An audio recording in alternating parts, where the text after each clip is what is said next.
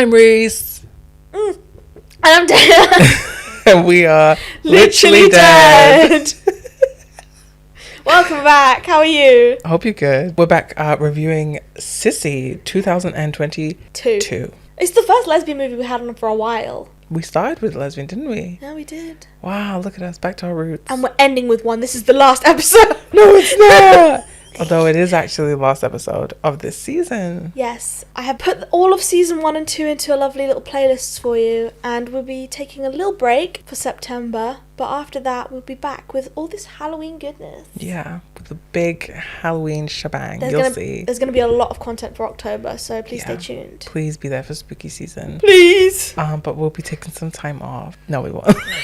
No, we're just going to be preparing all September. We didn't want to record for that time too. Because we want to give you something extra special for October. Yeah. Anyway, we'll see you then. We'll see. So, you want to tell us about this film day? Yeah, to be fair, it went viral like fairly recently. A lot of people on my horror channels have been talking about it. To give you a quick spoiler-free synopsis before you go off and watch the movie on your own, it is about an influencer who must face her childhood bully when she's invited to a hen do. It's free on Tubi, so you can come back after you've watched the film, or you can stick with us. Without further ado, let's get into the movie. Yes.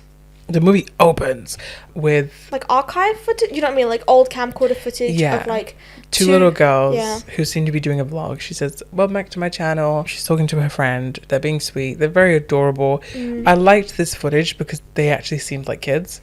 Absolutely. My youngest sister used to pretend to do vlogs, but she didn't know that she couldn't upload them, obviously. This was when she was really small, and she would play with my parents' phones, and she'd be like, I'm this person, I'm doing this and this.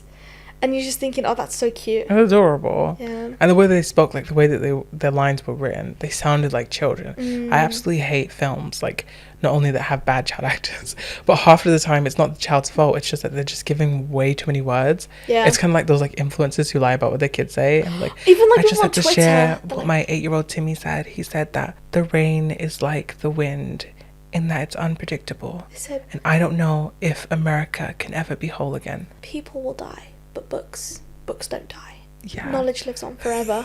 That's how it feels. I saw a tweet like that. It happens, and that's how it feels when people write kids. I'm like, why are you giving them all this language that no child would ever come up with? Yeah. It irritates me so much. Please give your ideas to a child and find out how that child would articulate those same ideas and put that down, okay? I'm so sick of it. Pulling out words I don't even know. How does that kid know words I don't know? Literally, what? Your kid is not reading. Yeah. No kids nowadays read. What fucking 7-year-old is talking about predicament? Predicament. Anyway, it cuts from that footage to a influencer making a mental health meditation vlog thing. Her name is Cecilia. Her YouTube name is Sincerely Cecilia. She's doing this stuff with rope where she puts it around her while she's sitting cross-legged. She's talking about, and now that we've reached 200k, I'm gonna give you a discount on Elon Musk's. Yeah, it's a facial mask, but again, it's a pun. Elon Musk. It's a little on the nose. I don't know if it actually is supposed to be his mask or if they're just trying to do a thing. Yeah. But it's the way that they say it, because they all have Australian accents. It just sounds like they're saying Elon Musk's. Yeah, 100%.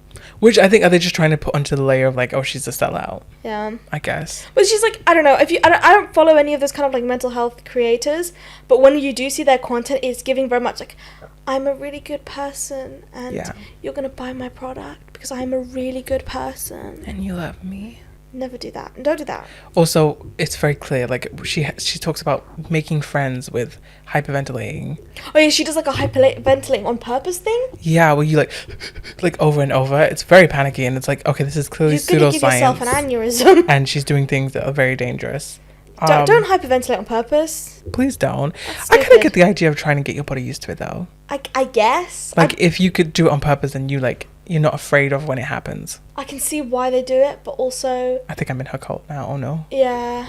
I reckon maybe don't give yourself a panic attack on purpose. I get plenty on not purpose. I know. I give them to you. Yeah, you do. She beats me. Anyway. That's not important, though. I don't beat... She turns off her camera, and her set is very different from the rest of her apartment. It's all pink and bubbly, whereas the rest of her flat is quite dingy and dark, and the color shift is crazy. Completely different tan tones. I think they really try to portray here that like, oh, she's not the perfect influencer that she seems fake. to be.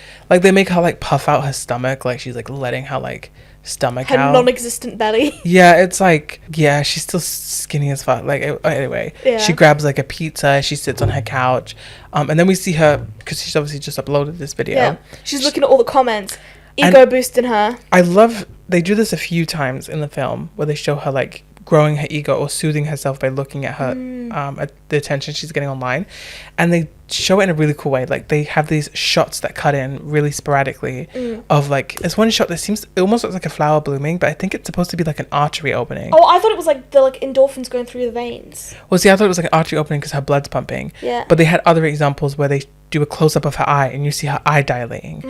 There's one point there's a close-up of her arm and you see her hair standing on end, her getting goosebumps, even her sweating a little. It's just like showing that her body is like being driven by this, like by endorphins that she's getting from this attention. It's very obvious from the start that like she has a very unhealthy physical obsession and an addiction. Well, she's doing to this attention. for her ego, I feel like. Yeah, especially when she looks at the comments and she's like repeats them to herself. She reads the nice ones that like, oh, I couldn't go on without you, I really needed this today, you're an amazing person, the world is so good without you, with you, sorry. The world is so good without you, fucking kill yourself, bitch. You know, we need more people like you in the world, you're so powerful.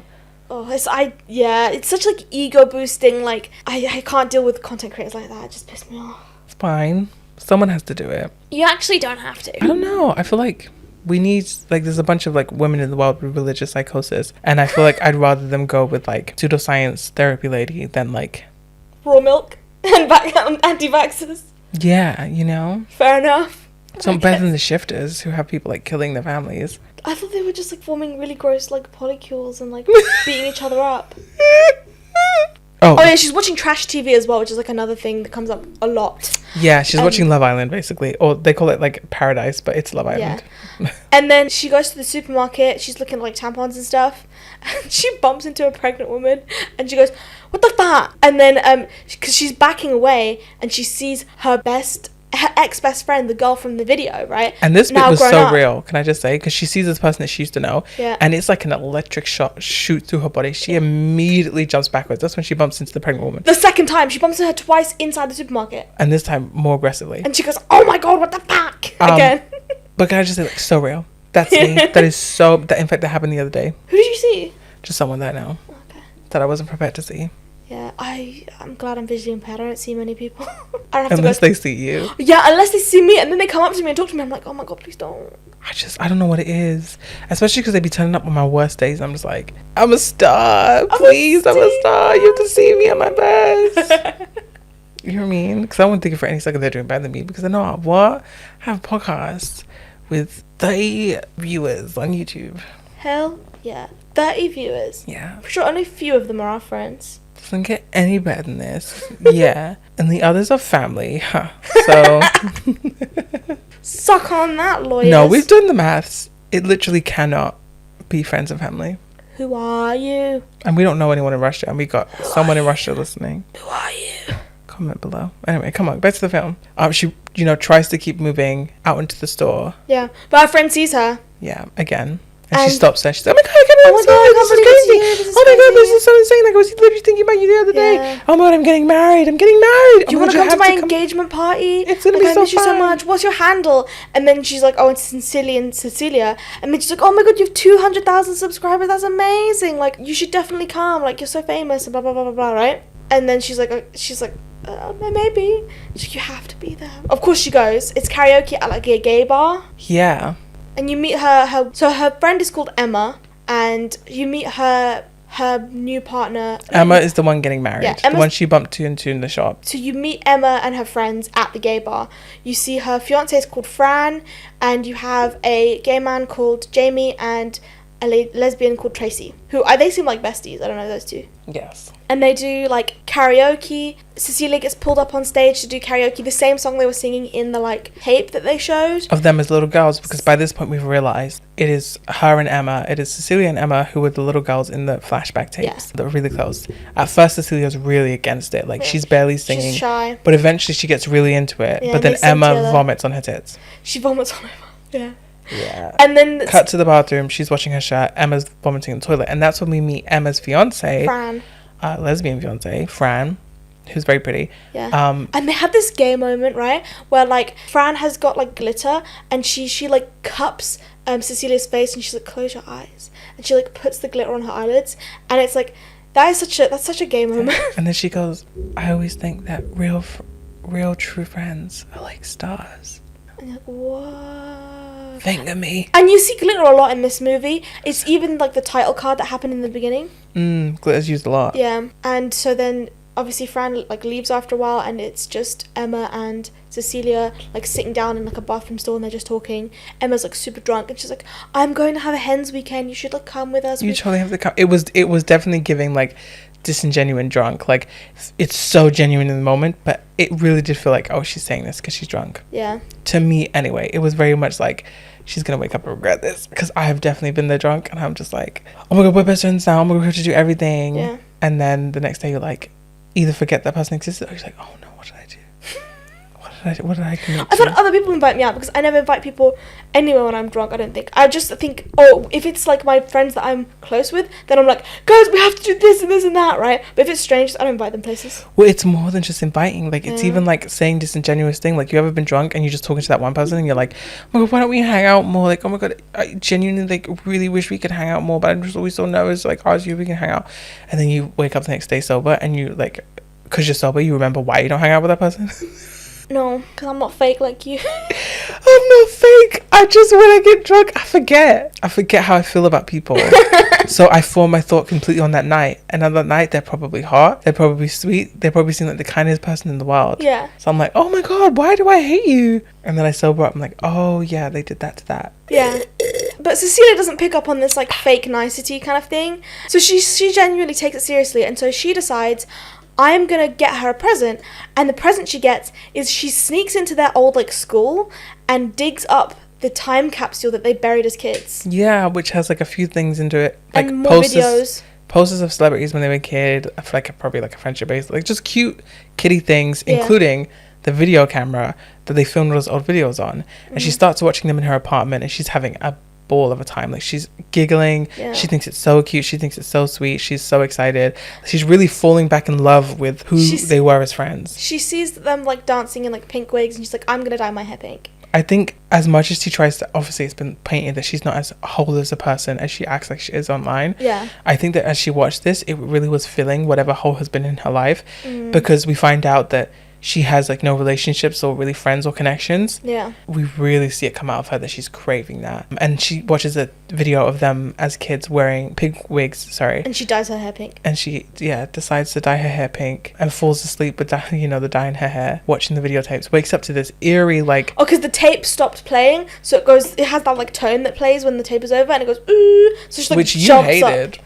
Yeah, the thing is that specific tone is, like, used in lots of different things, right? Like, the TV's not working, you use that. The videotape stopped, it doesn't work. The DVD player, the phone, all of that. And that specific tone just really gets on my tits. I really hate it.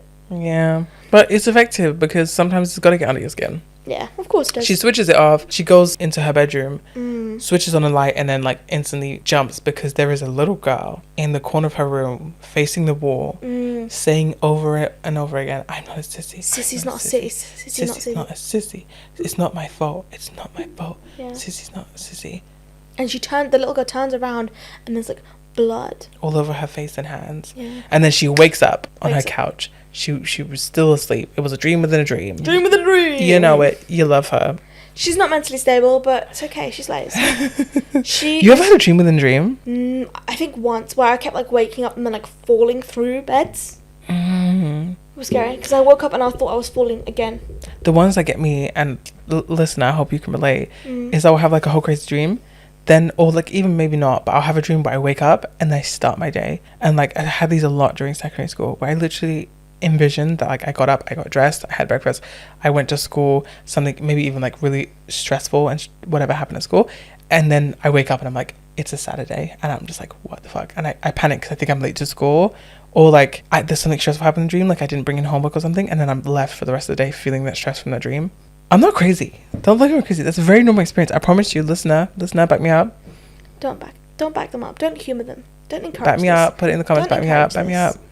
Don't encourage the psychosis. I'm every woman. It's all in me. Anything you want, don't, baby. I do it naturally. I'm on my second glass of wine. They you're just second glass? I haven't done my first, damn it. You're too good at this.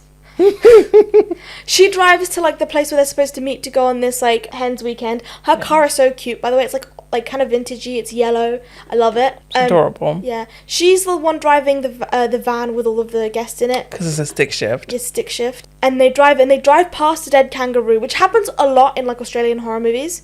It happened to Talk to Me. I believe it also happens in one of the Hatchet films, if those are Australian, I can't remember. Very significant. Although I will say, that moment is quickly like less important because then they just run over another room. well, slow down. That's what happened. Yeah, but we can appreciate this a lot more. Okay, can I just say appreciate? Because let's appreciate this.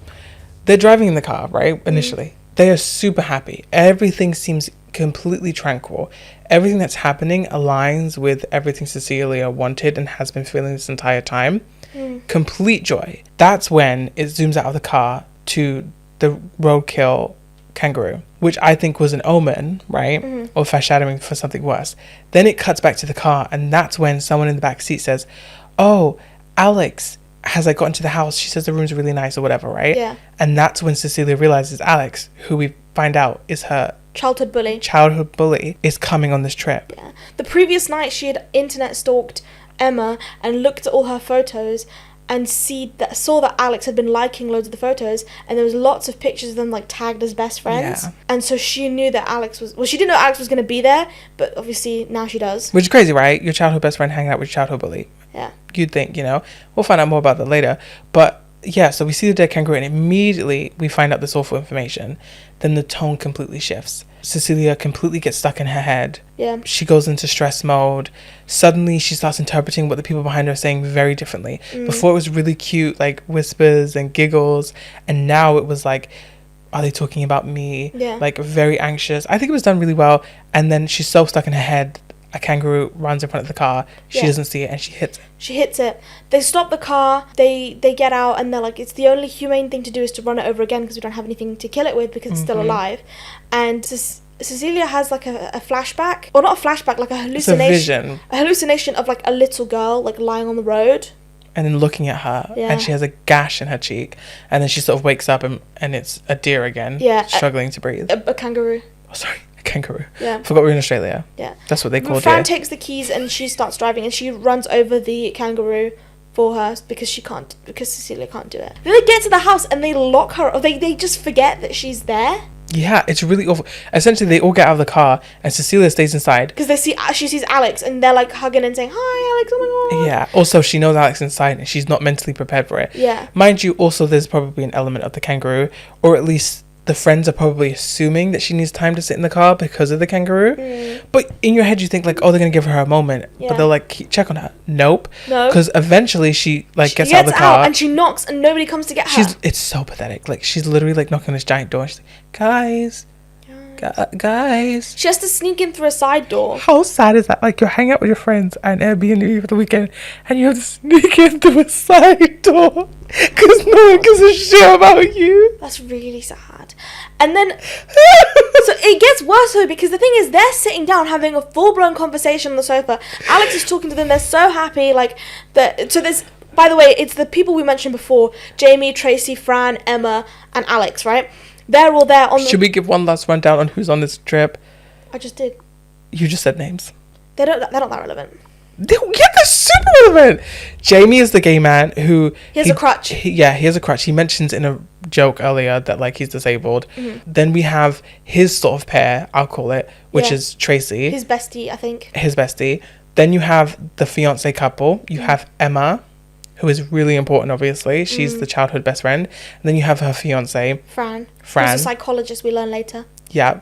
And then you've got Alex, who is the childhood bully. She's got a scar on her cheek. Yeah. By the way. Which we'll find out about. Yeah. And then we've got main character Cecilia. Yeah. Sorry. Now we won't have to recap again. Cecilia's like watching them have this conversation, and she looks really like she's just kind of like standing in a corner. An outsider. She's looking in onto what they're doing. And then she's spotted, like Alex spots her, just like, why are you here? Which I relate to so much on this. Can I just say, like, I don't know, I think it was really authentic, and maybe it's just a personal experience, like, it feels like it's super authentic, but I think it was so well done, so realistic, and so authentic the way that she felt. Yeah. I feel like a lot of people maybe listening have felt like this too, but that genuine feeling of being outside of a social group, especially one that you know that you giving you the intention that, like, oh, you're part of this, you can join, right? And yet you feel entirely separate from them. Yeah. And that, like, huge gap you feel between the both of you, and that terrifying fear of trying to initiate into that group, which feels like jumping that huge gap, right? Yeah. And I don't know, like, seeing that in a horror, for me, not that we've never seen this kind of thing in a horror before, but this was the first time that I genuinely felt like they were using, like, really like interpersonal social anxieties that, like, really, like, etched into my heart and, like, really made me uncomfortable and, like, triggered a fear in me that was so, like, personally, like, anxious and, like, not just like obvious, you know what I mean? I get that. I feel like I didn't really get the anxiety that much, because you kind of get the impression that, like, if Alex is going to be there, the entire thing is going to be tense. But what gets to me a lot about it is the embarrassment of the situation. Where, like, Alex sees Cecilia, she looks at her, she takes Emma, who is Cecilia's only, like, friend in this place, right, out to another, like, into, like, the garden. You can see them, like, kind of having a, like, a, not an argument, but, like, a heated discussion, but you can't hear it. But Cecilia starts reading lips. And you know that they're talking about you, and even the other people at the party can say, oh, awkward, like, oh, what's going on, right? And you know that you're now the centre of attention for the wrong reasons. You're the pariah. Yeah. I think there's a lot, like, the social horror has really come into its own over the last few years. I mean, you've got, like, Speak No Evil. I haven't seen the original, but I have seen the remake, which was, like, very much that, and plays on, like, societal, like, you know what I mean, rules and things like that. And obviously you've got, like, Get Out and other things like that that work on your fear of being perceived as the other. And I think this does it quite well, I think. So obviously, as you said, they're outside. Alex is going crazy. Cecilia starts reading their lips in the conversation that they're having outside, which we can't hear. And she starts to sort of interpret what they're saying. Now, do you believe that she heard them correctly? That's the thing. A lot of this, because she has hallucinations, right? You don't know what's real and what isn't. Because she has interactions with characters later, right? And it's presented as being a real thing. How do we know that it is? Because Cecilia is like an unreliable narrator. And again, on that social horror, I think the kind of point in this situation, in this moment, is it doesn't even matter whether it's real or not, because in her head it is. Yeah. But she interprets in the lips that Alex is essentially saying, why did you invite her here? I mean, Alex is definitely saying something along the lines of, like, you didn't tell me she was coming, but why did you invite her here? But Emma She's crazy. Is the one that's more up for debate, because Cecilia thinks that she's saying stuff like, oh, I invited her while I was drunk, I didn't think she'd actually turn up. You know, we can just, like, have a fun weekend, it's fine, like, it doesn't matter. Which obviously breaks Cecilia's heart. Well, it doesn't even seem like a heartbreak. It really feels like a betrayal. A betrayal, and, like, an absolute crushing, anxious moment. Oh, like, really sat with me in the moment. Like, I've definitely felt like that before. And she's even, like, separated from the rest of the group because she is not given a room. She's given the sofa because they didn't account for her. Yeah. Mind you, these friends are absolute cunts. They just seem so, like, vapid. They're just awful, and we'll get to that next. Yeah. So, Cecilia, obviously, she's, like, not quite herself at this point, so she's like, right, I'm going to go into the bathroom. So she goes to the bathroom, and she does this mantra multiple times in, like, the movie, where it's, like, I am special. Affirmations. Yeah. Oh, okay. Affirmations? Yeah. I think I've heard that. I'm special, I am worthy. I'm doing my best, we all are. It's like the stuff she repeats in her videos a lot. And then she comes back to the group with the time capsule, and it takes them, like, a while to get her to get She their stands attention. by the TV like, hey guys, Hey guys. and they're literally, I'm sorry, They're literally- they're 2 meters Yeah. in front of her, sat on a couch, just talking and talking and talking. They don't even acknowledge her existence, and she wasn't that quiet. No. She was like, guys. They're too fixated on the trash TV that they're watching. They're watching the Love Island The thing. TV is next to her. Yeah. She stood right next to the TV holding this box. They don't give a shit about. I'm Oh, sorry. I hate that. That's my biggest fucking pet peeve is when I'm trying to do that and there's like a group of people talking and I'm trying to tell them something important. This happened a lot, especially when I'm running late for something and people are just like fucking dilly-dallying and then I'm like, guys, we have to go. Like, we have to go right now. And nobody's listening. Oh, it gets on my tits so much. I can just say, you said something so valid when we were watching this, and you said like, no, you like to have friend groups that aren't like so big that you forget certain people are there. Yeah, but even this group isn't that big. And that's the thing. I looked at this group and I was like, this group isn't big enough to excuse the way they're behaving. Yeah. Also, she's the new girl. Yeah. The only person who knows, the only 2 people who know her are Emma and Alex. The other 4, the other 4 people who Don't are there know her. don't know her. Wait, why does that number feel wrong? 4. Gay man, Tracy, and the fiance. 3. Yeah, 3. Because Sorry. obviously Cecilia knows herself. Yeah. Yeah. Does she though? Does she? And that's kind of the point in the film. But she knows who she is. But the thing is, The majority of the people there don't know who she is. when your friend brings another friend to a group function, right? Or when you get introduced to a new person and they're like now in this group, regardless of if they've assimilated or not, right? Yeah. You would, 1, be curious as to what kind of person they are, right? Mm-hmm. And 2, try and at least like include them so that they don't go off to their group of friends and go, oh, you guys are a bunch of dickheads. And mind you, there will be revelations later. Yeah. Of course, we will find out things.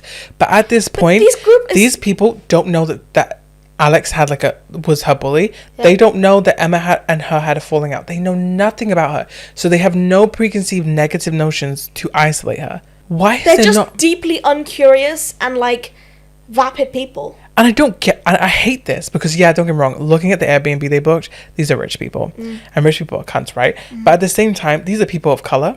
These are disabled people. And these are obviously queer people. And I'm just like... Well, in fact... Why are you not including her? Like, that's the whole thing. Right? That's the whole point of those communities. In fact, 4 out of the 6 of them are people of colour, mind you. Yeah. Right? A bunch of them are queer. How are you like this?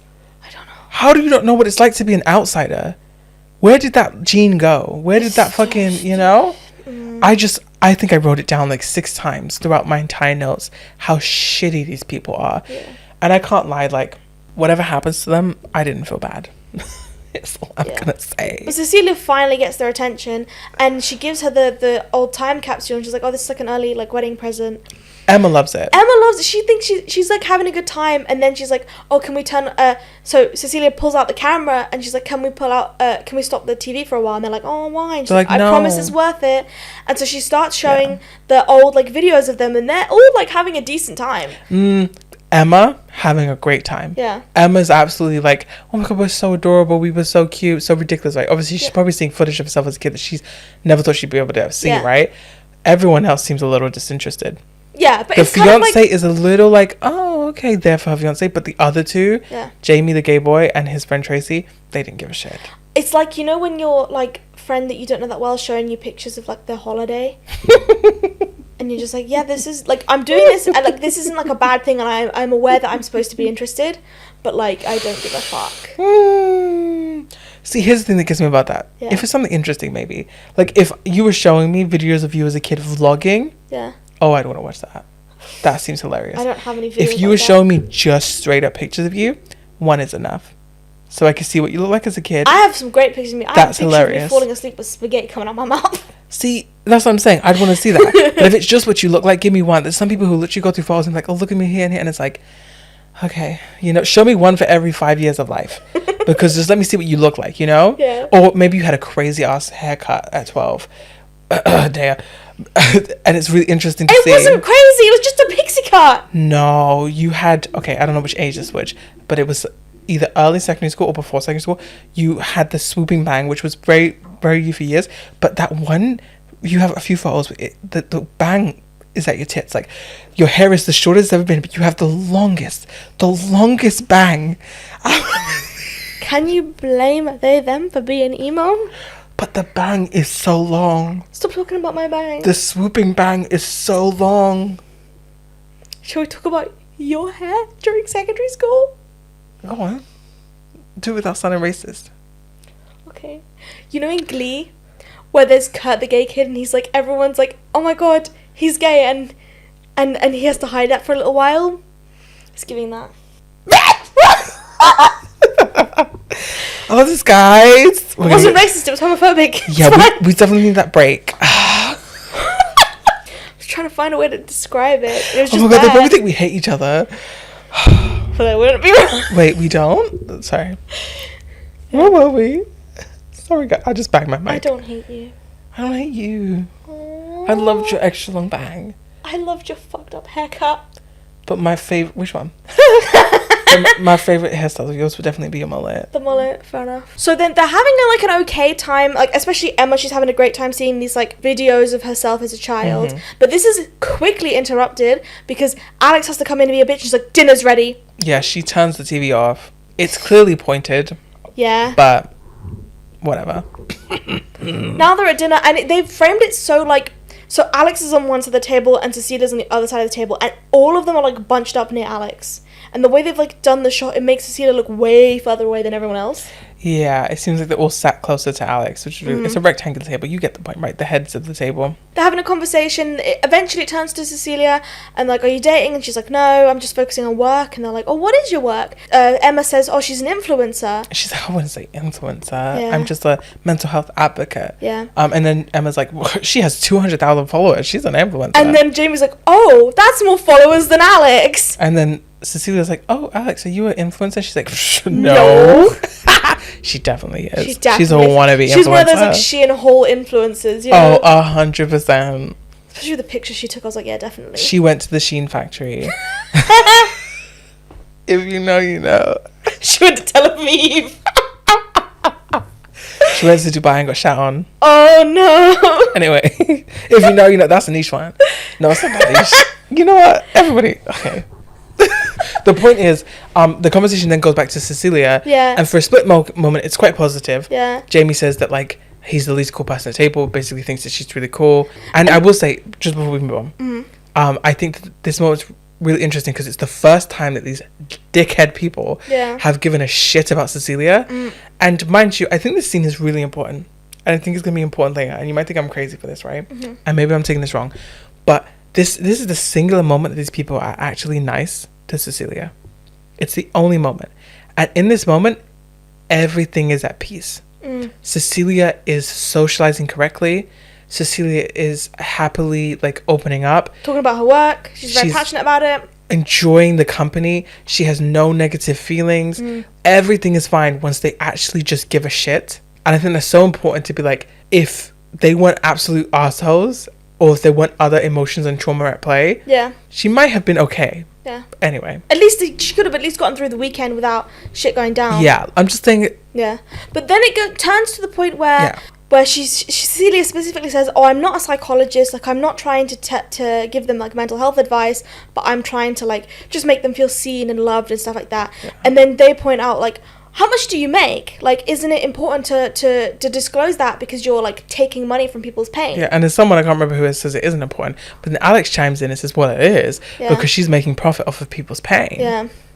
And then they kind of go and off a bit and they're like, oh, but you know, you could get really in trouble if one of your followers kills themselves because you didn't check your DMs and stuff like that. And they're really giving her shit for this. It's really, especially Alex. Alex is leading this thing. Yeah. But a few others chime in, obviously. Not Emma, though. Yeah. Not Emma doesn't. She's kind of a bit of a coward. She just kind of lets it happen. She doesn't really defend her that much. Yeah. And then Alex, like, really, like, she's ramping up. And then she says, you know, actually, I think it's really ironic that Cecilia is making mental health content. Yeah. Is she rebranding? She rebranded because she calls her Sissy, and Cecilia does not like being called Sissy.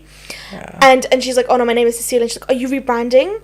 Yeah, a lot happens. It turns out Fran is actually like studying to be a psychologist, and Cecilia tries to like divert attention. She's like, oh well, what you do is way like cooler and more important than what I do. This is so important because Cecilia, as much as we see her feeding her ego and soothing herself with attention, I don't think that she's necessarily at this point a fully egotistical person, because she seems absolutely content to appreciate what others do and how cool and interesting they are. And she puts herself down in that way as well. Yeah. And she seems happy to do that. It didn't just seem like a defense mechanism. It felt like she sincerely was like, you know, you're cool too. Like, she wants acceptance as well, and she's willing to give as much as she wants to take. Yeah, absolutely. I just think there's elements of her that are in there that are just healthy, and I just feel like let's see that what we can. But it doesn't work, and then Alex finally pushes her over the edge, and Cecilia just gets up and leaves the table. She goes into the bathroom and she does a trick from one of therapy videos where she puts a rope around herself to create a safe space. Yeah, she says, "This is my invisible boundary." And she does it for about 3 seconds until she's like, this is bullshit. And she pulls out her phone, starts going through her comments to make herself feel better with her attention. She sits in the bathtub. We see shots again of like, you know, her eyes dilating, things like that. Her heart pumping, showing that she's being filled again. And that's when Emma walks in, jumps in the tub with her, very cute, very like, we're childhood friends, comforts her, even like to the line of saying, Alex is a bitch. She's like, fuck Alex. You know, she's done all kinds of messed up things to get where she is. Yeah, and like getting shat on in Dubai. Doing Israeli propaganda. Israel propaganda. She's like, I literally went to Gaza and there's nothing happening here. That's the kind of person Alex is. Anyway. She's a bitch. She is a bitch. And so Emma comforts her. She's like, look, I brought your favourite like nail polish from when we were kids. Let me paint it for you. And it's also really glittery and sparkly. Like all the other stuff that Cecilia likes, right? They paint nails and Cecilia feels a little bit better. Then it cuts to late at night and Cecilia is trying to like kill a mosquito because it keeps bothering her when she's trying to sleep. Yeah. And when she finally does, Alex comes into the room and sits next to her on the couch and starts acting. She's like, I am so sorry. Like, let me just make amends. Let's like... Truce. And she's like, oh, your hands are so soft. And she starts rubbing them on her face like a cat. Why don't you feel here? And it's the scar. And then she like starts peeling her face off. No, she like shoves her fingers under the scar. Under the skin, into the scar. And then she realizes she's having a nightmare. She wakes up again. Again, this is the second, maybe third living, like, dream in a dream. Nightmare, yeah. I think so too, but let's be careful. Maybe we forgot. Point is, they use it again. Yeah. And it's cute. It's cute. But then, because the whole point of this is like the visions, the nightmares. She's very much mentally unwell. Yeah. You can tell it's kind of like ironic that she's a mental health like influencer. I love that you can see every step of her like mental health, you know. You can see what triggers her. You can see the downfall. You can really completely understand it, like where her mind is being taken, and it's really normal and realistic. Like this is genuinely like just anxiety, you know. Anyway. Definitely. But she wakes up and it's the morning and someone's left a note and a plate of fruit for her. And it's like, oh, we're here. Come find us at the campsite, right? And they drew like a little map for her. Yeah, a really shitty one, but it was very cute. Yeah, and you know, she it works well enough. Yeah. Like she finds her way to the camping spot. It puts her in a good mood too. Yeah. Because as she's like making her way there, she's walking through fields, and there's this Disney music that seems to play whenever she's in her good mood. It plays throughout, I think, a lot of the film, really. But specifically the good parts, I think. Like when everything's going well, when she's in her happier times, it's that little Disney. It's not Disney, obviously, but you know what I mean. Like it's like princess vibes. Princess vibe music that plays, and the sun is shining, and like the flowers are pretty. She even like falls over, and it's like this cute little whoo. But as she makes her way to the canyon, she can hear them talking. And she hears that they're talking about her. They're chatting absolute shit about her. Yeah, so she hides behind a tree. But what I will say is before she hides behind the tree, Alex sees her, the bully. She sees her up on the hill. And she knows she can be heard. Yeah. And so she decides she's going to amp it up now. And she's like, why did you invite Sissy? Like, she's like a crazy person. Like, she gave me this. She's telling everyone essentially like, oh, Cecilia. She tried to kill me. She tried to kill me. She's crazy. And Emma, to her credit, she does say, well, you were bullying her, you know? Yeah. You weren't a victim, although she doesn't really defend her as vehemently as a friend would. She does correct her that her name is Cecilia. I do think that like she defended her enough that like I was like, okay, Emma isn't completely guilty here, you know? Yeah. Like because I thought that Emma would, especially when we see Cecilia interpret what Emma said earlier about like, I didn't think she really took the invite. This was much nicer than I expected Emma to be. So this took my opinion of Emma slightly less negative, aggressively negative, you know? But they really just go in. Jamie, obviously. Tracy, and the fiance to an extent. Obviously are curious because they know nothing about her. Yeah. She's never even mentioned her apparently, right? Yeah. Even though when she was drunk, she was acting like, oh my God, I've been talking about you nonstop. She hadn't. No one had even heard about her ever before. So they're curious why Alex hates her. So Alex essentially tells the story. about how she like got slashed in the face. Jamie and Tracy make a lot of jokes about it, and they're like, "Oh wow, cancelled." Yeah, Jamie's like, she's cancelled with the clicks too. Yeah, she's cancelled. She's cancelled. cancelled. And they're like, okay, calm down. He's like, nope, I've clicked. Did you hear the click? Can't deny the click. She's cancelled. He's insufferable. She's a very specific type of gay man that I just can't abide. But of course, Alex had explained what happened. Yeah. And just to let you guys know what happened. There are so many flashbacks, so we're just going to tell you now. Yeah, we're going to paint the picture for you. Essentially, obviously, as we know, Cecilia and Emma were childhood best friends. They were really close. They did vlogs together. In these vlogs, and this is really important, Emma seemed to be really close to Cecilia. Mm-hmm. She said things like, oh, when we grow old, I just... we should go to the same nursing home. Promise we will be in the same nursing home. I don't want to poop my diaper next to anyone but you. Very much like they both were best friends. It seemed incredibly mutual, right? But when it comes to being around other girls, Emma's a little bit of a coward.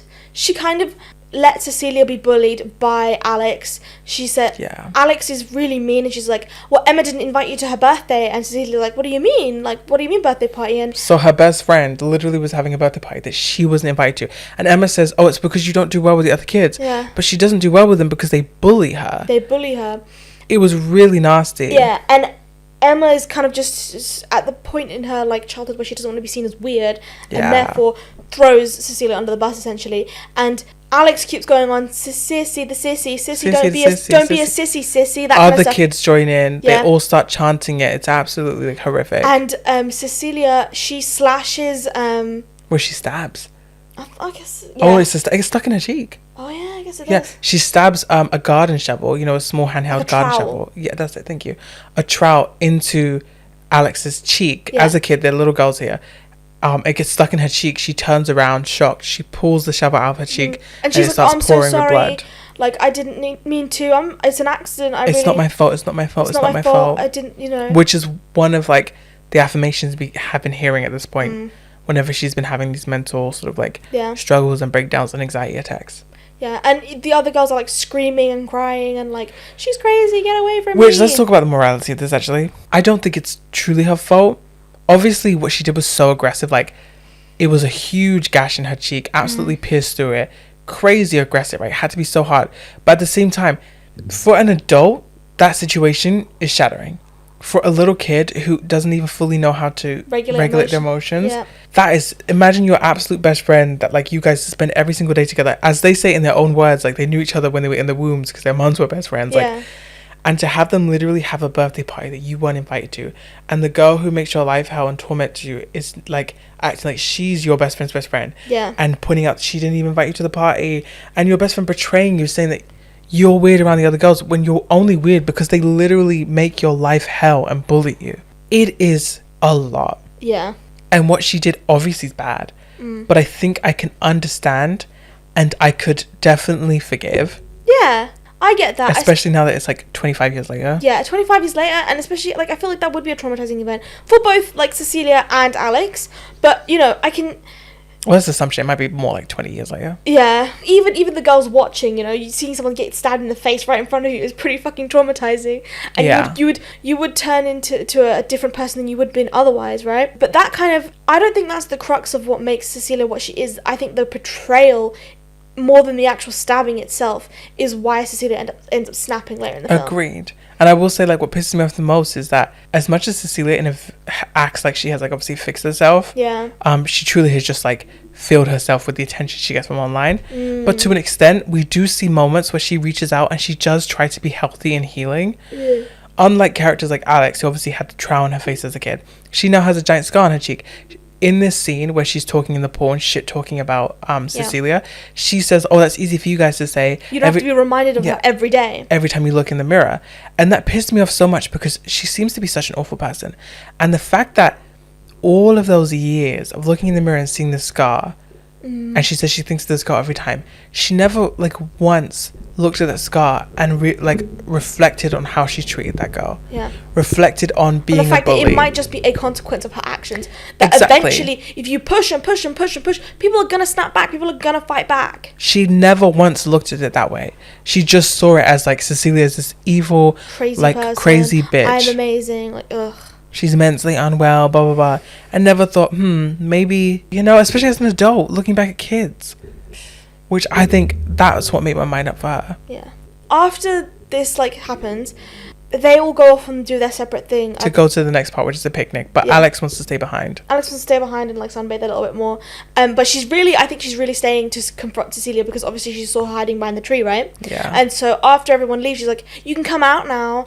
And so Cecilia tries to like act normal. She's like, hi. She's like coming down the like ravine thing, taking off her shorts, getting into a swimsuit. Yeah, she's like, you know, trying to sit next to her. She's like, oh, it's cold, haha.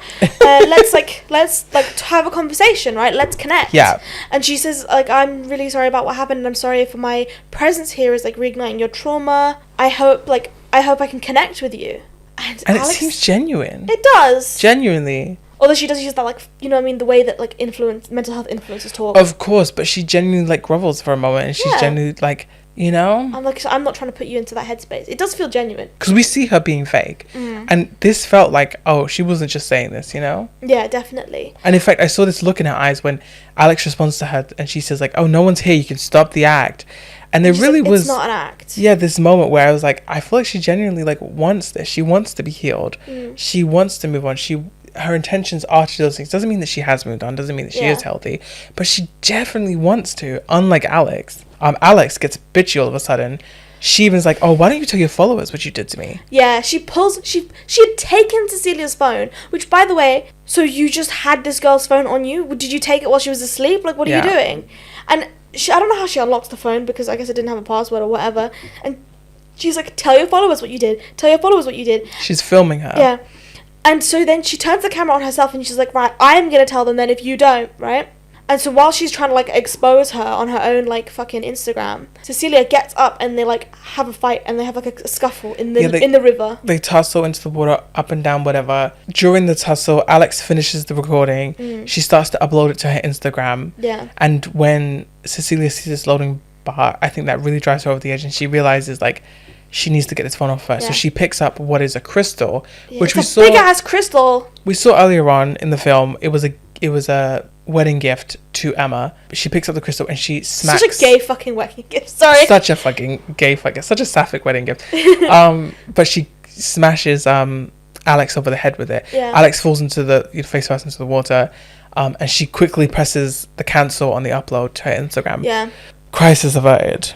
But also now, she has a dead body on her hands. Yeah, Alex's head is gushing with blood from the back. She's dead. Oh.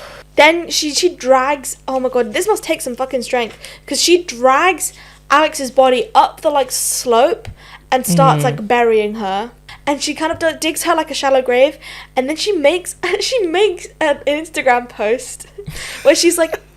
she steals the necklace first. Yeah, she steals the necklace first. She has like a BFF heart necklace that Emma has the other half of, and so she takes it from Alex's body. Mind you, can I just say how crazy is that? The fact that Alex, her childhood bully, has a BFF necklace that she shares with her. And in fact, I might be wrong here, but I don't know if you remember, but I feel like it was basically a very similar necklace that she had when she was a kid with Emma when they were kids. I have a feeling the same, you know. Yeah, which is emotionally on a next level. But she steals the BFF necklace immediately, and then next thing we see, like you said, is her doing an Instagram live. Actually, Instagram live, and she's like, "This would be the perfect moment to meditate, but let's do some good. I found this flower and it was uprooted, and I replanted it. Yeah, and we should really take time today to be in nature and be good for the world. I didn't have any gardening tools, but so what if we get an extra dose of vitamins on our fingertips?" Yeah. Mind you, again, on film wise, the Disney music is back. Yeah. The pretty lighting is back. Everything looks gorgeous. Even though there's no glitter, things are glittering, you know? It is that change again. Then Jamie appears. She hides behind a tree. Yeah. And Jamie, who's gone from the picnic to take a piss, hires a fucking kite. He's taking a piss, and he thinks it's Tracy, playing a prank on him or something. And he's like, "Tracy, I've got my cock out, and I'm not afraid to use it," like slinging piss everywhere. Mind you, he finds what we know is the grave of Alex, but I don't know why Cecilia has done this, but she's made the grave really pretty. She's put pine cones around in a particular pattern. She's formatted flowers and leaves to make this gorgeous, like, mosaic little pattern. And Jamie finds this immediately. And he's like, "Oh, pretty." And then he just whips his dick out and pisses on it. He's like, "This is my piss spot," right? He pisses right onto it. And then Cecilia pops out and he's like, Cecilia, What are you doing here? were you watching me piss? And she's like, no, gross, ha ha ha. I got lost, I couldn't find, like, you guys' camping spot. What's happening, guys? And she's trying to get him to go away. Yeah. But because he's so high, and obviously his disability, he stumbles and he kicks the dirt off of such a shallow grave. Alex's face. And you find out, yeah, she didn't even dig a hole. Well, to be fair, she didn't have any gardening tools. She didn't have gardening tools. She didn't had have her gardening tools. fingers. She had her fingers. Just as good. So she couldn't really bury her. She sort of just covered her in dirt and flowers. Yeah. So it unveils her body. But Jamie doesn't find it immediately. It seems like he might walk away, but then he looks and he sees it. Immediately, Cecilia's like, oh no. Is that Alex? She's trying to she's trying to play it off. It's so funny. And he bolts. Yeah. But then obviously she catches up because he has a movement. Yeah, he's using a crutch, and obviously the forest ground is like, oh, so uneven. So he's trying to run away from her, and it cuts away to the picnic where it's just Fran and Emma.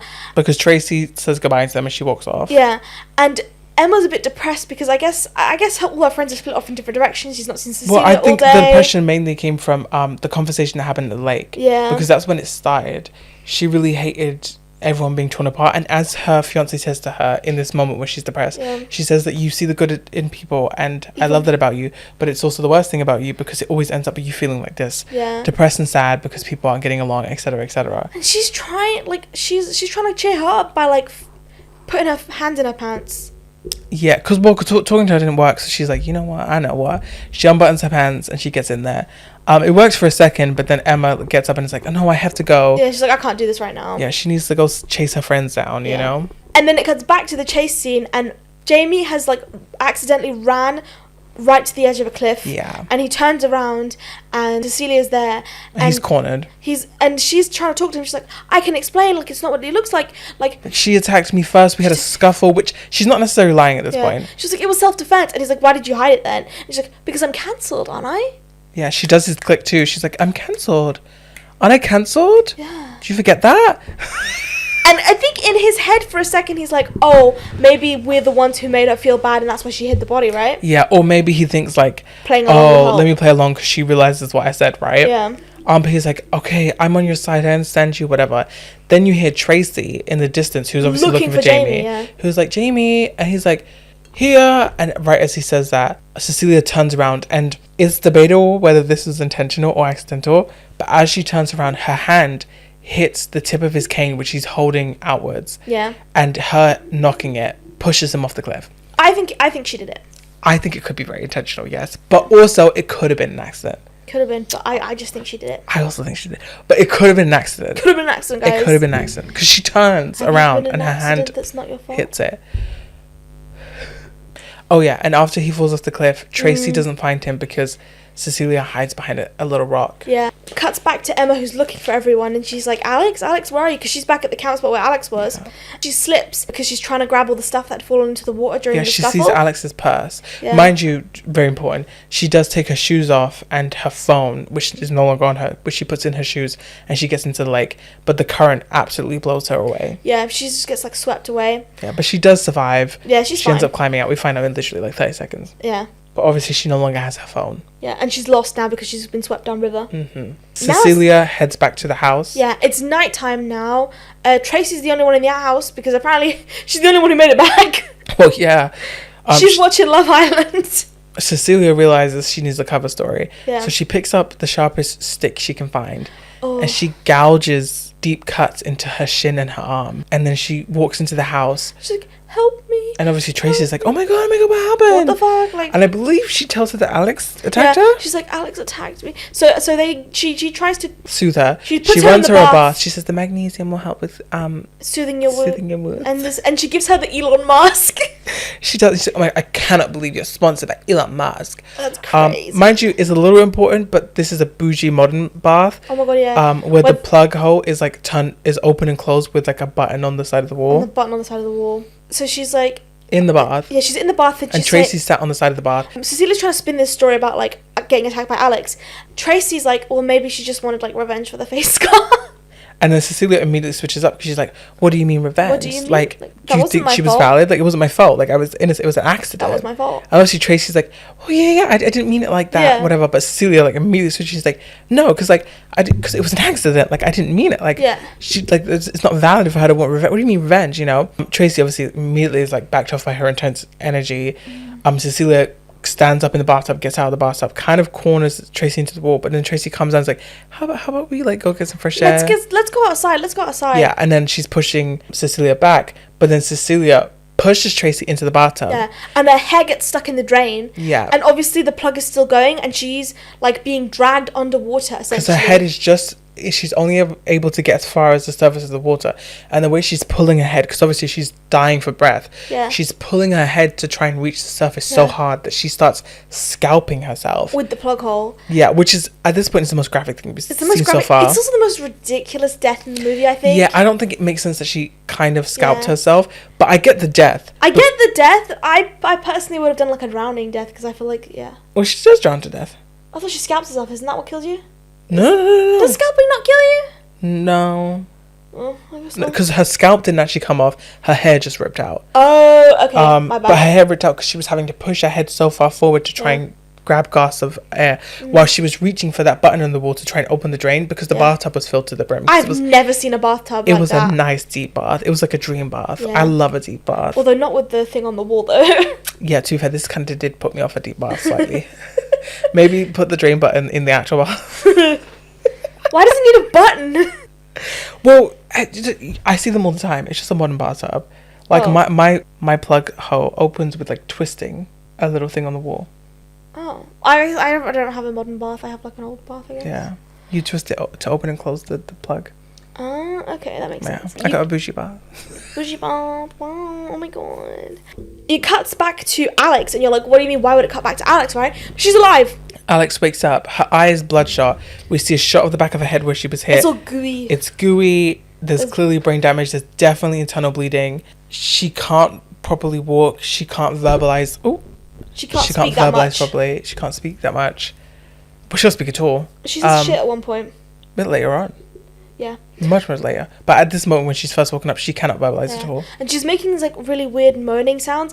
And it's quite funny because Emma is like searching for everyone in the nearby area. And you get a shot of her hearing the noise. And she just turns the other direction and walks off. Well, she gets scared because she thinks it's like a coyote or something. Or you know like what an I mean? animal, yeah. But it's just Emma. So funny. Meanwhile, Cecilia, she's like gotten dressed now. She's changed, she's washed, she's dressed, she's bandaged up, and she gets in the car.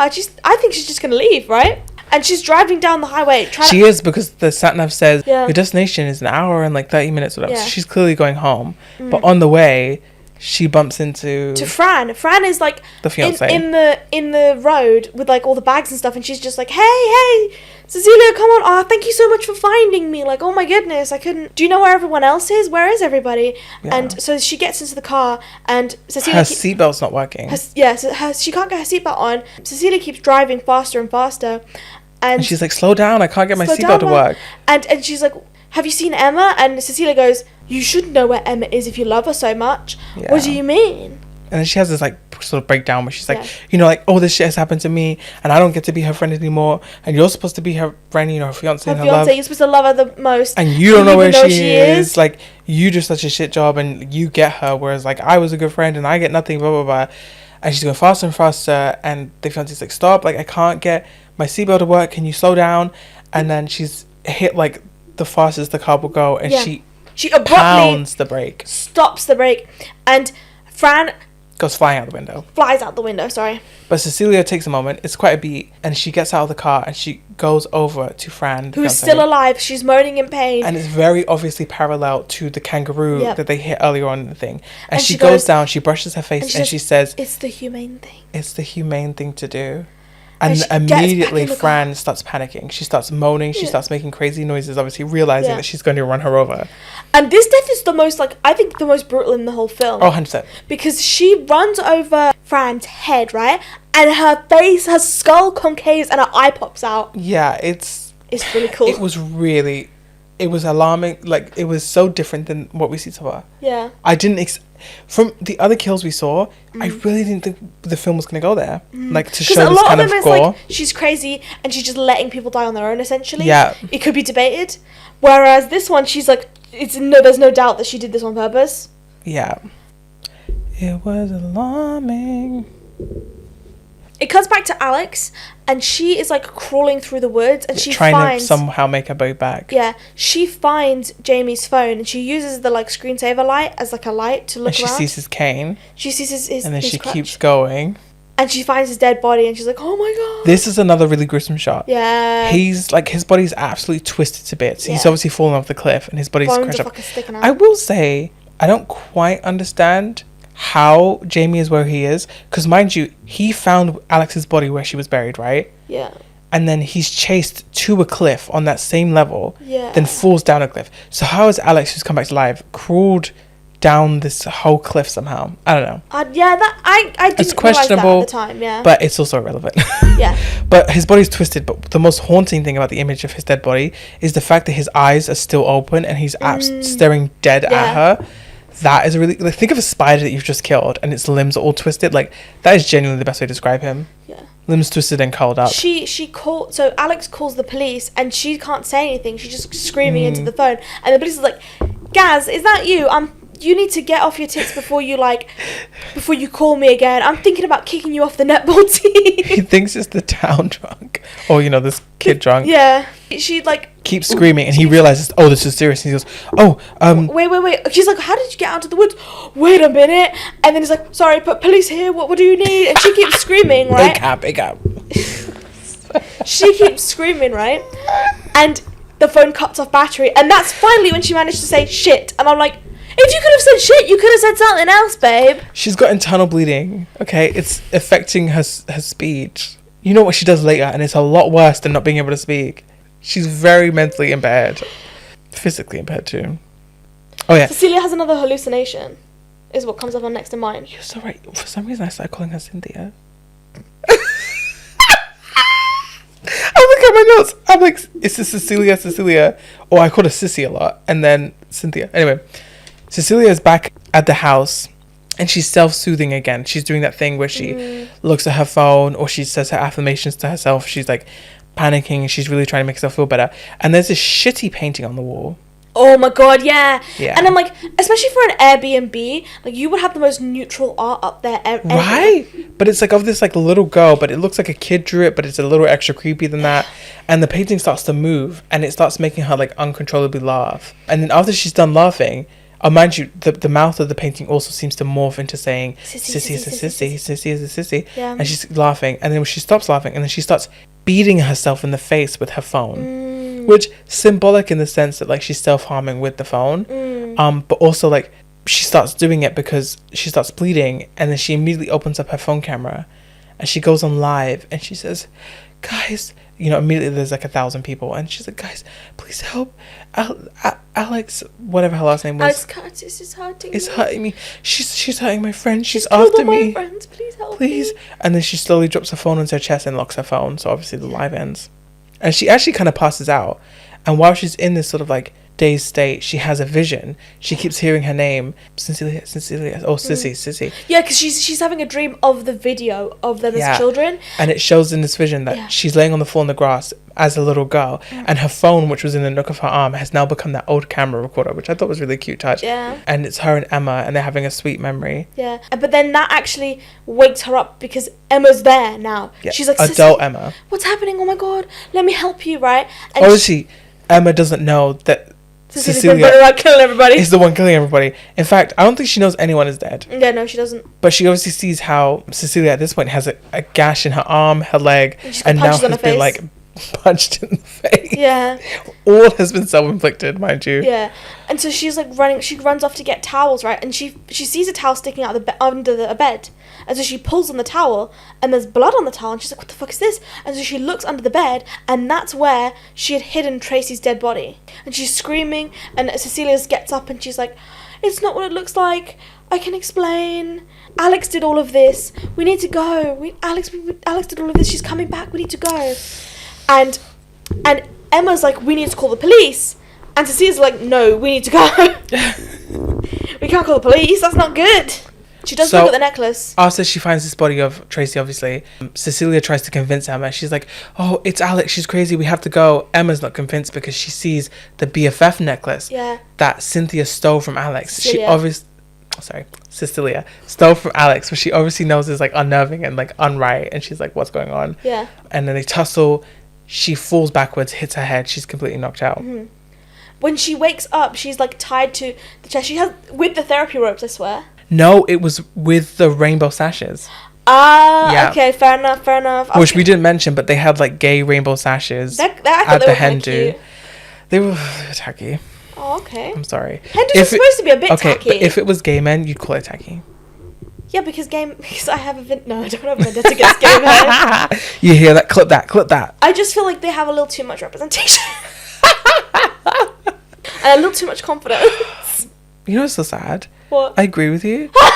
but no, the worst part is specifically talking about film. Yeah. I cannot think of a single gay film that I'm truly like that is actually good representation of gay men. Yeah. It's so bad. It's either pedophilic, or it's absolutely ignorant, or it's just the most privileged cis white rich upper middle class at least. Moonlight. But yeah, no, good point. Great representation. Yeah, tied up with rainbow sash. Pretty fucking homosexual. Also, can I say? So I think it's implied that, right? Of course, Emma is a lesbian, right? Yeah. And it's implied from multiple points in this movie. I thought that Cecilia had a crush on Emma, right? But it never goes that far. It's always best friends. And they said, oh, we were gonna make our children fall in love with each other, right? So that implies that Cecilia is at the very least not romantically interested in Emma, or maybe even straight. Right? Can I just say? Yeah. Maybe I'm not gay enough, but I never actually thought that she was like romantically in love with her. Fair enough. It's just it's the way that the first time they meet in the pharmacy, you know what I mean, in the supermarket, where they're like, she's looking into her eyes so intently. Yeah. And like the way that she's looking back and they're smiling at each other and the close-ups getting very, very intimate. Yeah. And that's when I thought that she had a crush on her. I definitely see it, but I guess in my head, and I think you are right. I think you're more right. I think there is a level of gay there. Yeah. But I guess in my head, I just like wasn't so overdriven by it, so like it didn't shock me as much. But I think you are right. I think I just struggled to pick up on the gayness of it. Fair enough. Maybe that's the one way you're gayer than me. Yeah. So while she's tied up to the chair, Cecilia. she'd kill me. Cecilia is cutting and has dyed Emma's hair pink. Yeah. She dyed her hair pink. She's cutting her hair up. It's very unusual. The TV is playing the old tapes of them as kids. Yeah. She's got tape on her mouth, but it's got like a smiley face drawn on it. Yeah, it's very uncomfortable. And Cecilia's clearly like, she's acting completely like they're just kids again, like having fun, and she's acting like nothing is wrong, like she isn't doing this horrific thing to her. And whenever like Emma wakes up and she goes and Cecilia's like, oh, you're so right, babe, we should get you some nail polish. So she goes up to get nail polish, and while she's gone, we see that Emma's tongue kind of slips out of the bottom of the tape. Yeah, and she uses that, she bends down with her neck and she takes the necklace, the BFF necklace, which is a broken heart, so it's kind of sharp. Yeah. She rips off her neck using her tongue, drops it on the floor, and then she wobbles her chair, falls on the side, grabs the necklace with her hands that are tied behind her back, and starts to rip the sash that's tying her hands together. She frees them. But Cecilia comes back. Yeah, and as Cecilia is trying to help her up, Emma reveals her hands are freed and grabs and tackles Emma. The nail polish smashes, glitter is everywhere. Yeah, it's a fight scene. They have a big fight. I can't remember all the specifics, to be honest with you. Yeah, just a big commotion, just imagine, right? Yeah, but while they do this, they have an argument, essentially. I will say, while they're tussling, Emma does pin Cecilia at one point, and Cecilia stabs some scissors into the back of Emma's neck. Yeah, and they have an argument in which Emma is like, you're a monster, everyone was right about you, I should hate you, like, you're a terrible person. And Cecilia's like, no, you betrayed me, you were the one who allowed me to get bullied, like, you're the monster here, right? And Emma's not having it. She takes the time capsule box, which is on like the table, and she throws it into the fire. Yeah, she burns their friendship, essentially. Yeah. It's symbolic. Cecilia is like very heartbroken by this. She's like looking to fire, she's screaming. And then she goes off on this monologue, she talks about how like, things she's been through. She kind of says some like backwards things. She's like, sort of addressed to Emma. She's like, oh, was it just fun for you? Yeah. People like you get to like live and be happy and like act like you're so innocent, And when you make everyone else feel shitty. and you destroy them because you don't care about their feelings, whatever. You get the vibe, right? And meanwhile, we see Emma is behind her Calling the police. calling the police. Very like her audio was like subdued. I like that shot. It was a cool monologue. I liked it. It was very interesting, especially because the police ask her like, are you safe? Are you in a safe space? She's And like, she's "No, I'm like, not safe." no, I'm not. Come now. And that's when Cecilia turns around. Gets up. She smashes a bottle. Yeah. She runs at Emma with a knife. Another fight starts. They tumble into the table. Yeah. There's It's like very back much and like forth. one is on top, then the other's on top, and then at some point, They're flip fucking. yeah. Ew. Girl, I know you'd be such in that. What? So they're flip fucking, like a flip phone, is what I imagine. Why you guys like you don't know what that means? I don't. What's flip fucking? Do lesbians not do that? Is that so? It's like one one's on top and then the other one's on top. Maybe you switch. Oh, that sounds like a good way to keep up your stamina, doesn't it? Anyway, Anyway, put that into the search bar next time. See if lesbians do it. I will. I'll do that right after we finish this recording. Anyway, at some point, Cecilia gets like thrown off, and she gets pushed off or something like that. And Alex is there. She finally gets to the building and she sees the fight and she joins in. Except Cecilia, she like kind of gets out of the way just in time to the point where Alex is now stabbing Emma with the thing right in her face. Like she like just completely destroys With her Jamie's face cane. with Jamie's crutch. And Crutch, sorry. yeah, and she like stabs in her eye socket and bludgeons her to death. And meanwhile, It's gruesome. it's so gruesome. And meanwhile, Cecilia is filming the entire thing, right? And she goes, she even goes, thank you. thank you. Thank you. And that's when Alex realizes, I just killed my best friend. Because And she thought she was killing Cecilia. yeah, Because obviously she just attacked the person who was on top, which she presumed would be Cecilia. Yeah. Again, she's like blind in one eye at this point, because it's like black and full of blood. yeah. You can presume. Obviously she's impaired. We know she could barely speak. Yeah. But as she has this realization, Yeah. we hear a gunshot. And then And she literally picks the bullet out from her head because she's been shot from behind. Yeah. And the blood runs into her eye. It's such a cool fucking shot. And then she drops falls dead. She falls down and the cop is right behind her. It's a really good blocking shot. I really Yeah. like it. The cop feels like he's a hero. Yeah.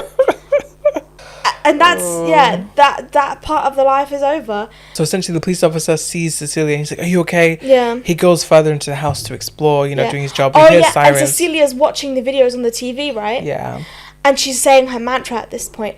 And you can hear in the video Emma. where Emma's saying what she wants to be like when she grows up, and she's like, I want to be really cool. I want to have pink hair and drive an old yellow car.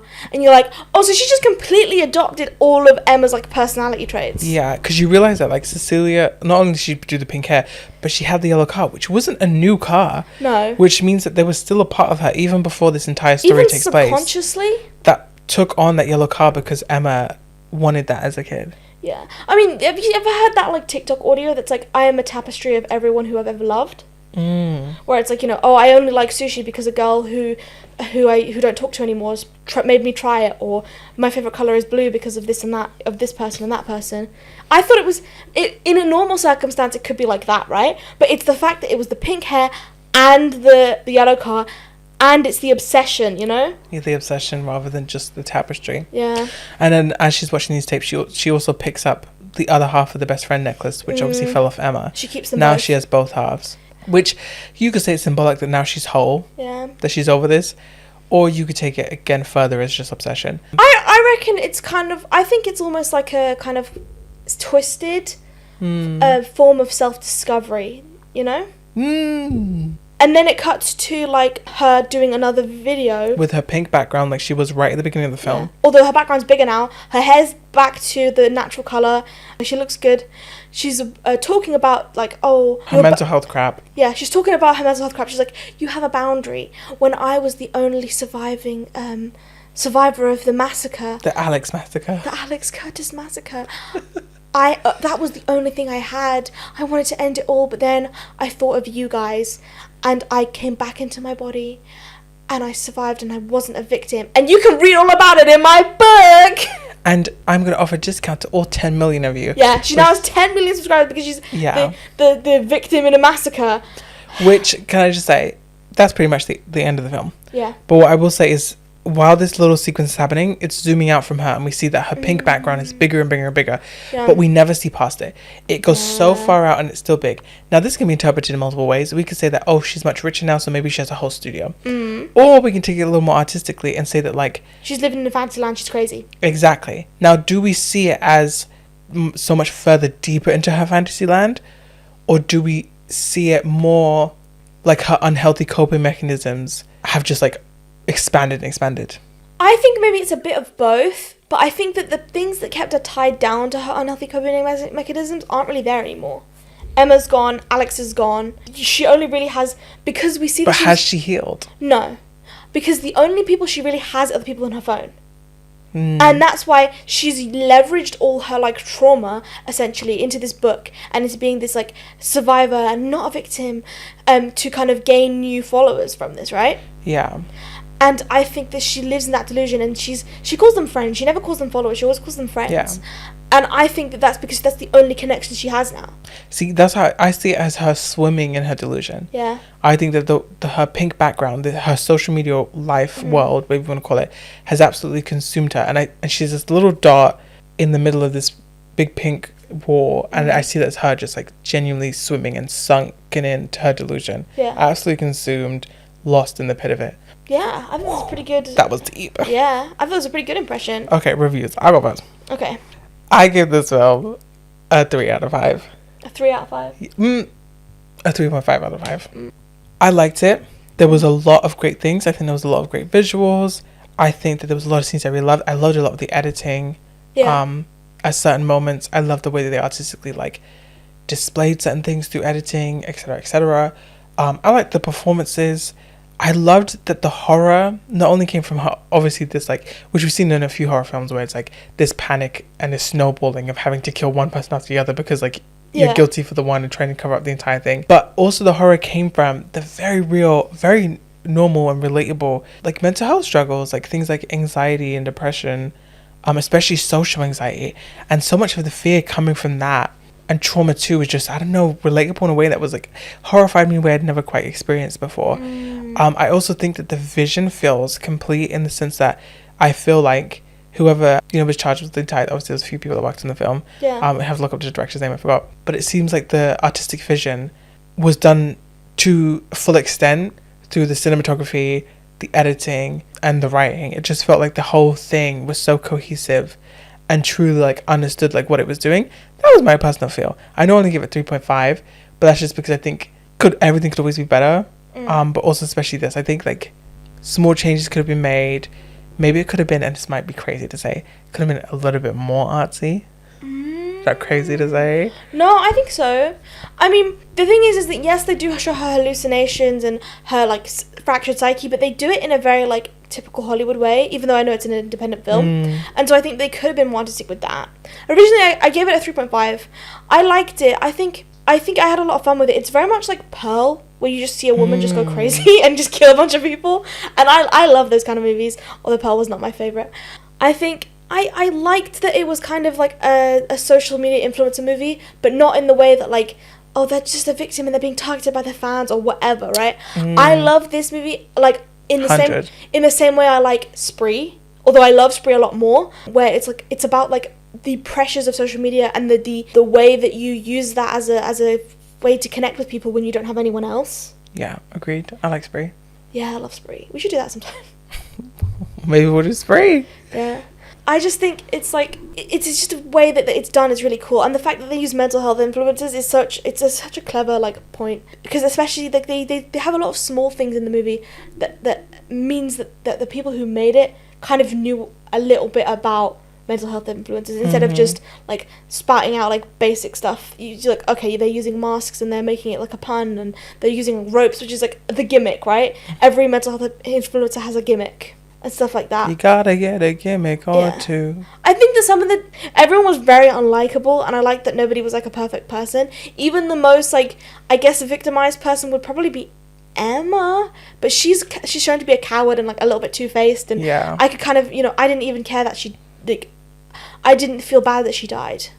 I thought the deaths were mostly pretty cool. I think she was ignorant too. You have to remember, yes, she invited her to the weekend while she was drunk, But she invited her to her engagement party while she was completely sober. That's true. And she didn't have to do that. And the absolute ignorance to not realize that you ruined this girl's life.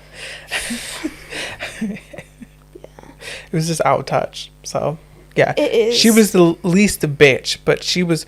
No, honestly, even the fiancé... I think fiancé was the least bitch. Yeah, she was so irrelevant to all of it because she didn't even chat that much shit about Cecilia either. I'd say the fiancé was the least bitch. Then I would say that Tracy was the least bitch. Then I would say... Emma. Then I would put Jamie. And then... Alex is just the worst. Yeah. I thought it was really good. I liked that it was like a gay horror movie in a different way than it normally is. Yeah.